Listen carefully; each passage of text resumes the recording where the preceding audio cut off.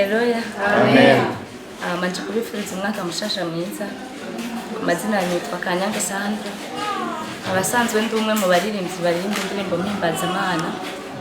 Nkaba ndi umwe niyumviriye kino gikorwa ko twogikora mfatikanije n'uyu muryango wanje.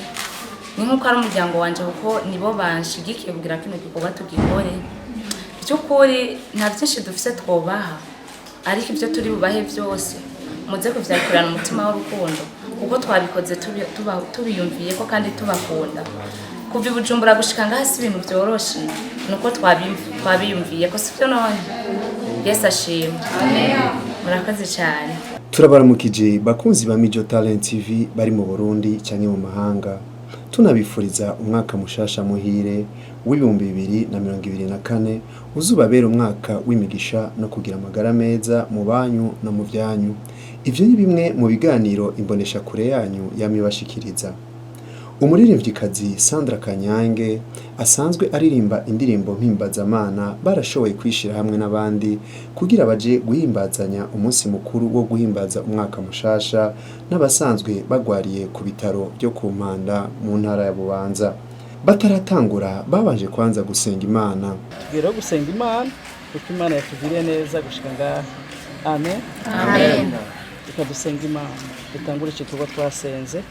Mana turagushimiye, uri umunyembaraga, uri umunyenkomezi, uri gishitsi cyo ku munago wa Dawidi, ntiwigeze udukoza isoni. Mana n'igihe kinini twasengeye iki gikorwa kandi wabikoze neza ubikora nk'Imana. Turagushimiye kuko wadukuye i Bujumbura iminsi myinshi tukubwira ati Mana reka uduhitsiremwo aho twoja gukora igikorwa kugira ngo dusangire n'abandi umwaka mushasha. Uwiteka utuyoborera muri ibi bitaro, watugiye imbere rero kuva i Bujumbura gushika ngaha amahoro ntivyari vyoroshe, mugabo twabonye ikiganza cawe.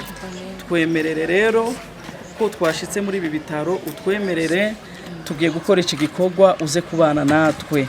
Turakora iki gikorwa rero dushigikiye tuje imbere kandi umugisha wawe n'amaraso yakomeze kugutwikira muri rya zina rya Kristo Yesu. Amen. Inyuma y'iryo sengesho bace baterura ibiseke bitekewemwo utwo tuganuke kugira badushikirize abo bagwayi basanzwe bagwariye kuri ivyo bitaro byo ku Mpanda. Umukozi w'Imana Claudine yabanje kuganiriza abo bagwayi anabaremesha kubw'umugambi mwiza Imana ibafitiye. Ntivyari vyoroshe tuvuye i Bujumbura muri iyi minsi n'amadeplacement murazi ko agoye, ariko Imana yadushoboje tukaba tugeze ngaha kandi turashimiye n'uburongozi bwo ngaha bwemeye kutwakira. Amen. Twaje rero kubaraba, nta byinshi cyane twazanye, mugabo twarabiyumviriye ko natwe kugira ngo iyi tariki ya mbere itangura umwaka ibyo dushoboye tubisangire namwe. Rero ibyo tubazaniye aka kaganuke mukakirana umutima mwiza, hanyuma mwizere Yesu. Mwizere Yesu kuko ijambo ry'Imana yatubwira neza ngo abizigiye uhoraho ngo bameze nk'umusozi Siyoni utabasha kunyeganyezwa ariko wamushimangiye ibihe bidashira. Umanutse hepfo haravuga ngo uko imisozi igose Yerusalemu niko n'Uwiteka agosa abantu biwe. Ndizeye neza ko Imana iri kumwe namwe kandi bagose. Nta kure hariho Imana itakura umwana w'umuntu. Turabasabiye Imana Data yo mu ijuru akore. Turabizi operation biragoye, kuvyara kuri Cesarienne biragoye, ndabizi. Meruka kuvyara nanjye mfise umwana muto cyane w'amezi 6 navyaye kuri Cesarienne. Barambaze hama biranka baransubiramwo, ariko Imana yarahabaye. Novuga ngo iryo jambo ndakubwiye nashakaga wizera Imana. Imana yankuye kuri cyo gitanda nawe ihagukure mu izina rya Yesu. Imana rero ibagirire neza, nta byinshi dufise kuvuga. Imana ibatabare kandi bakize. N'iki gikorwa dukoze turasaba ko Imana igiherekeza ahataringaniye kuri mwebwe, Imana ikahabaringaniza. Imana ibaduhera umugisha ko namwe mutwakiriye kandi bakize, ikiganza cy'Uwiteka kibakoreko mu izina rya Yesu. Inyuma y'iryo jambo umukozi w'Imana Claudine ahejeje kurishikiriza, uyu muririmvyikazi Sandra Kanyange ari kumwe nabo bagendanye kuri uyo munsi baciye batangura kugabana utwo tuganuke bari bashiriye abo basanzwe bagwariye kuri ibyo bitaro byo ku Mpanda. Wari umugisha udasanzwe kuko nabo bagwayi bashoboye kwakirana akanyamuneza. Ako kaganuke kari gashikirijwe n'uyo muririmvyikazi Sandra Kanyange ari kumwe nabo bafatanyabikorwa bari basanzwe bari kumwe kuri uyo munsi. Byari bibereye igisho cyane kuko bari babashiriye ibintu bitandukanye, harimo ivyambarwa, ibinyobwa n'ibiribwa, kandi babitanze ku bagwayi bose basanzwe bagwariye muri ivyo bitaro, yaba abana, abakuze, abagore n'abagabo. Ni wewe uvuga bikaba, wategeka bigakomera. Girira neza abo bavyeyi bajyamye hano hantu, ukomeze ubakize, ugabanye ububabare, ugabanye bisonga. Muganga arashobora gutera imiti bikanka, ariko wewe wakora ugakora nk'Imana. Ndakwingize rero ugire neza ubu bwoko bwawe, tuzumve igishinga ntaye ko wakwiye kuri ibi bitanda, nakare ibitanda ntibizagushima ariko bo bazagushima. Turagushimiye rero kubw'uyu murimo natwe wadushoboje, tugiye kuraba n'abandi, komeza utuje imbere, utangurane nawe kandi tuze kurangirazanya nawe mu izina rya Kristo Yesu. Amen. Yesu abagore mu gicago. Mwami Imana turaje imbere zawe, ntabwo turi bazima, ariko Mwami Imana nawe twagenjeje nabi, turisaba imbabazi n'ikigongwe kugira ngo Mwami Imana bano bagwayi barambike k'ikiganza. Ni wowe ushobora gushaka ikiganza ku mwana w'umuntu agakira, ni wowe ushobora gushaka umwana w'umuntu umutima wamufaza agakira, ariko Mwami Imana muganga yakoze nka muganga, ariko urwaye yararwaye imibembe, niko ushobora no gukiza uwundi muhamagaye Kristo uze wiheje icyubahiro, umukize kandi umutabare abone neza yawe. Mu izina rya Yesu Kristo twizeye kubikoze, amen. Uri Imana ikiza, uri Imana ishoboye, uri Imana ikura kure. Uwiteka Mana, Feriya ngo agwaye diyabete kandi yama ngaha, nuko n'abandi bana bagwariye ngaha, nuko mu izina rya Yesu kandi bizeye yuko uri Imana ikiza, uri Imana itabara. Twebwe turi abana b'abana dushoboye, ariko dushobozwa nawe twihemezi. Turasenga Feriya mu izina rya Yesu, turasenga abana bose bari muri iki bitaro mu izina rya Yesu. Ikiganza cyawe cy'Imana kibakize, ikiganza cyawe cy'Imana kibakize.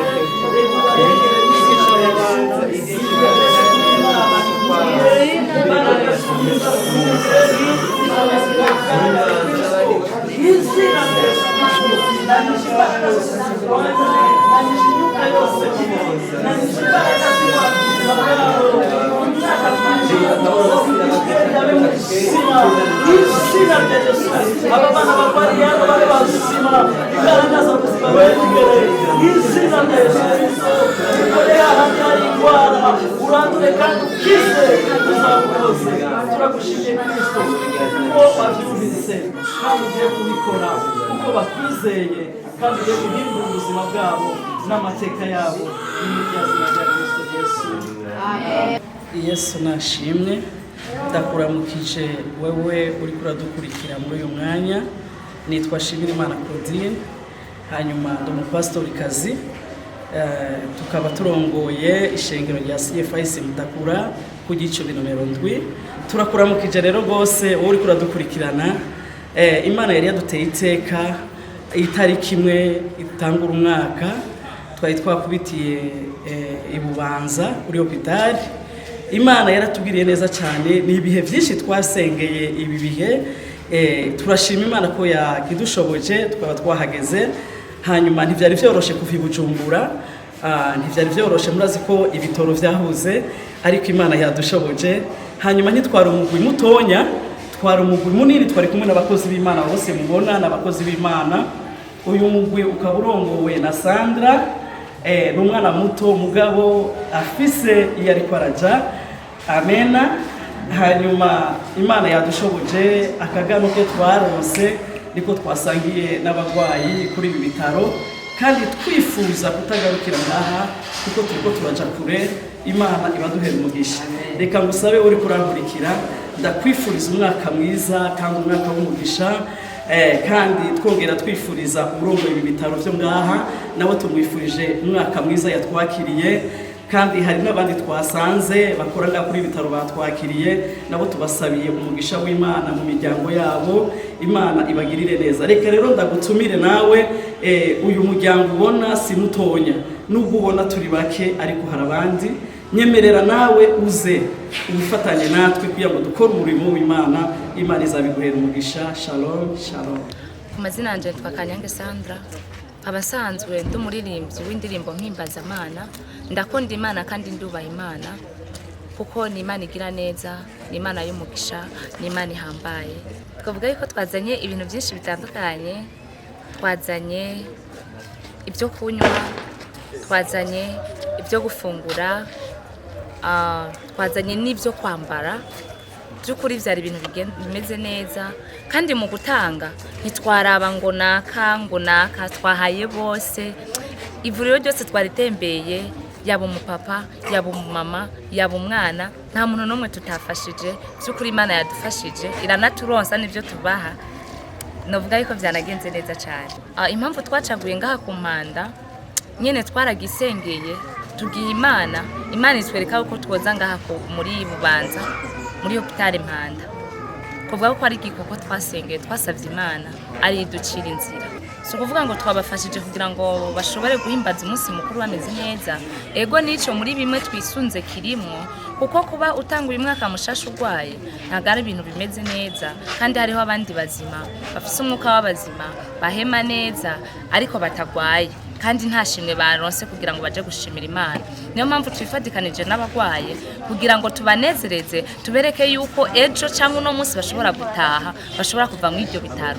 Kandi ikindi naca ntitwabikoze ngo kugira ngo ntituzogaruke, no hanyuma tuzogaruka n'ahandi tuzogenda kuraba abandi mu yindi mihinga itandukanye. Sinovuga ngo nabiteguye ndi umwe, ndafise abamfashije, ndafise inshuti zanje abanshigikira mu byo kuririmba, nibo bamfashije, nibo baba mwabonye. Narabahaye icyumviro canje, hama nabo baragishima bavuga ati ico cyumviro nico. Hariho n'abandi batashoboye gushika ngaha bari mu bihugu bitandukanye. Akamonotera abandi baririmbyi nuko impano bahawe atari yo kuririmba yonyene, bafise n'izindi mpano zo gufasha. Boza baragenda biyumvira baguka mu mutwe kugira ngo, kubera ko aho hanze hariho ibibazo bitandukanye, kuko natwe tugenda turafashwa n'abandi, ni nkuko nabonye naho bageze bafashijwe n'abandi. Muri bike ufise uziribuka gufasha n'abandi, usanga biriko biragenda neza, niho n'Imana ishobora kuguma iguhezagirira.